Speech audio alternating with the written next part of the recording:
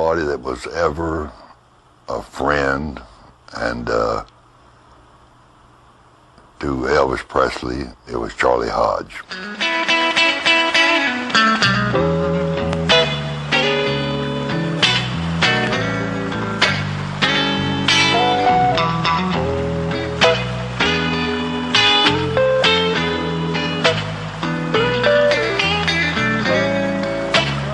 Graceland, and I think that really was good for Elvis because Elvis, truth be known, Elvis really liked to have as many guys as he possibly could live at Graceland.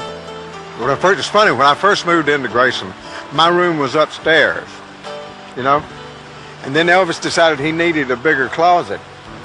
So I moved downstairs, and they knocked the wall out and took my bedroom, made a closet out of it. And it was a regular-sized bedroom. It's just he needed that bigger closet. Then I moved downstairs into a room next to where the 3 TVs are in the wall, and I lived down there for years. And then the last couple of years that Elvis was alive, I lived in a garage apartment. And it's kind of like I had my own living room out there and my own huge bedroom. And I could bring my friends in to visit with me without taking them inside Graceland. But Graceland is just the greatest memories in the world, man. That's where we played. We planned things, got ready to go to Hollywood, came back from Hollywood. There's so many memories there. Elvis would start to do something. Charlie, you take if Elvis started singing a song that nobody knew, and Charlie knew that we did, so he would point at the stamps and even give us the chord to sing with, to sing the background with Elvis. Charlie always stood there and supported Elvis, and of course encouraged him. Elvis always had to have a lot of encouragement. Because, you know, it's real funny. Elvis didn't think he could dance. He didn't think he could play a piano or guitar. And how many times I heard him say, man, I can't sing this. But Charlie and, of course, the Jordanaires and various ones were there to tell him, yes, you can, and you're going to, and you can do a good job. And the results came out very great. Charlie was always there to hit the high note in case Elvis didn't quite make it or didn't want to make it. Charlie was always there to hand him a scarf and to hit that high note if Elvis wanted him to. And it seemed like Charlie always knew when to do it. Charlie was sort of Elvis's go-between. He was Elvis's stage musical director, even though there was a big band director. But Charlie really was the guy who told Elvis's band, like, Elvis is going to work this new song in tonight, we're going to rehearse for it, and he wants you guys to do this, this, and this.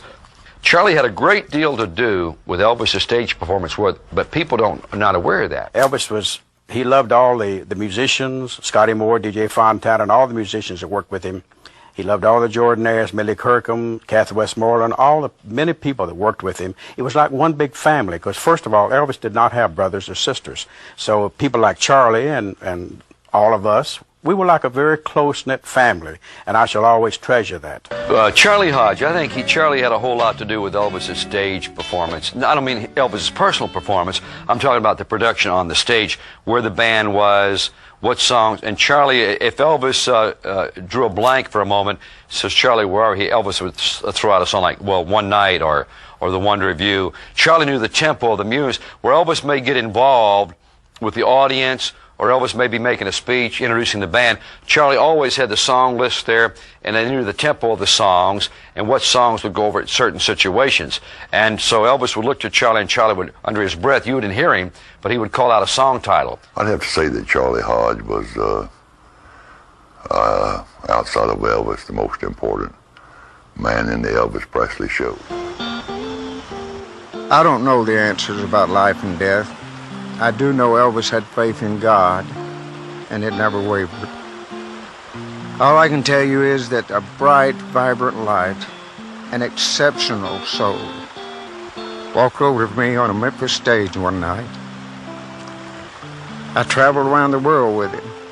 I was privileged to share some of his most private moments, and I witnessed his unequaled generosity. Watched him give of himself to everyone. And I saw the impact he made on the whole world. We're all just a little bit better for his having been. I can't begin to tell you all the things he gave away to people over the years. He gave millions in cars and jewels and horses, boats, dogs. He supported 50 charities in Memphis alone. You never read much in the press about that. I remember one night when I was sitting upstairs with Elvis in his bedroom, and it was one of those nights when there wasn't anybody around and you could feel the loneliness that seemed to be encircling Graceland. And Elvis was talking about how the guys just weren't around much anymore. You know, he said, it's like when we're on the road, I don't see them until time for the show. And they pick me up and take me to the show, and then they deliver me back to the room like it was a side of meat or something. And then they go and do their thing. He said, it's just not like it used to be, is it, Charlie? And I said, no, it's not. And all the time when Elvis was talking, he'd be stretching his hands, you know, like that, and he'd take his feet and you know, turn them back and stretch them. And he said it seemed like he was sore, you know, just all over his whole body. And I know me and Billy Smith, his cousin, a lot of times we'd be up there and he'd say, would you mind rubbing my back with some of that lotion? Said, my body just seems to be aching and sore all over. I guess he thought it was from working as hard as you did on stage, you know. He, you know, in retrospect, in looking back, now you can see what the problem was. But it was much later and too late when we found out. Elvis told me one night when we were doing concerts, he said, Charlie, about halfway through the show, I'm just totally exhausted. And I noticed that, you know, his eyes, you know, they looked tired. You know, he was tired, that's all. At least that's what we all thought.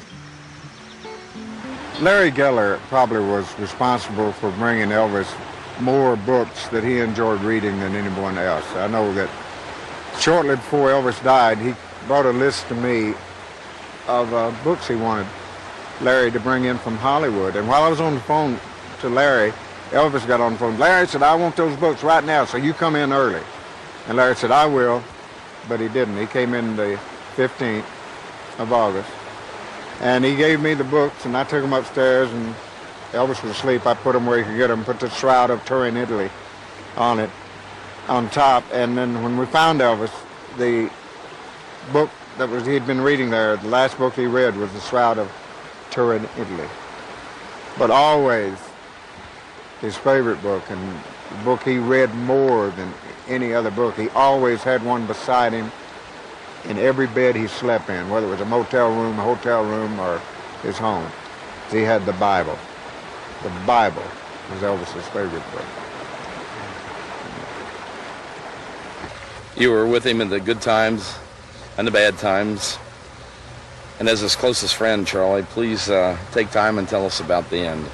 There were all kind of rumors after Elvis' death. There was, you know, fantastic stories, and most of them just rumors and nothing more. There's no truth to it.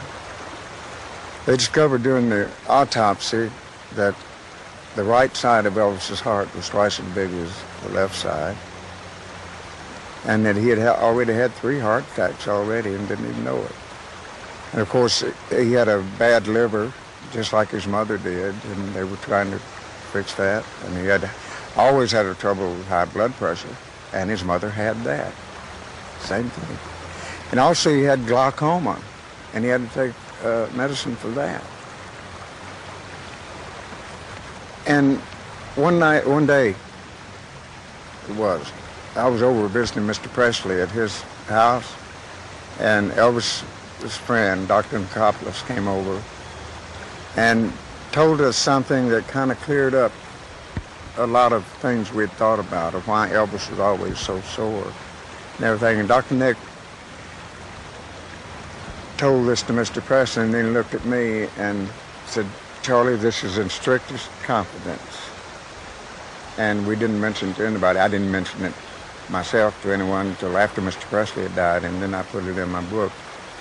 And what they discovered was that Elvis had bone cancer, and it had spread over his entire body.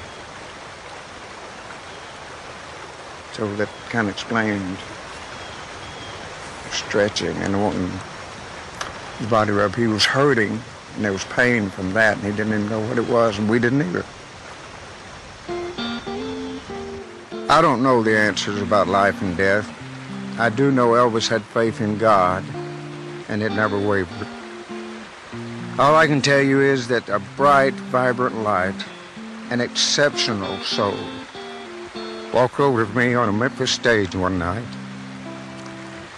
I traveled around the world with him. I was privileged to share some of his most private moments, and I witnessed his unequaled generosity. Watched him give of himself to everyone, and I saw the impact he made on the whole world. We're all just a little bit better for his having been here.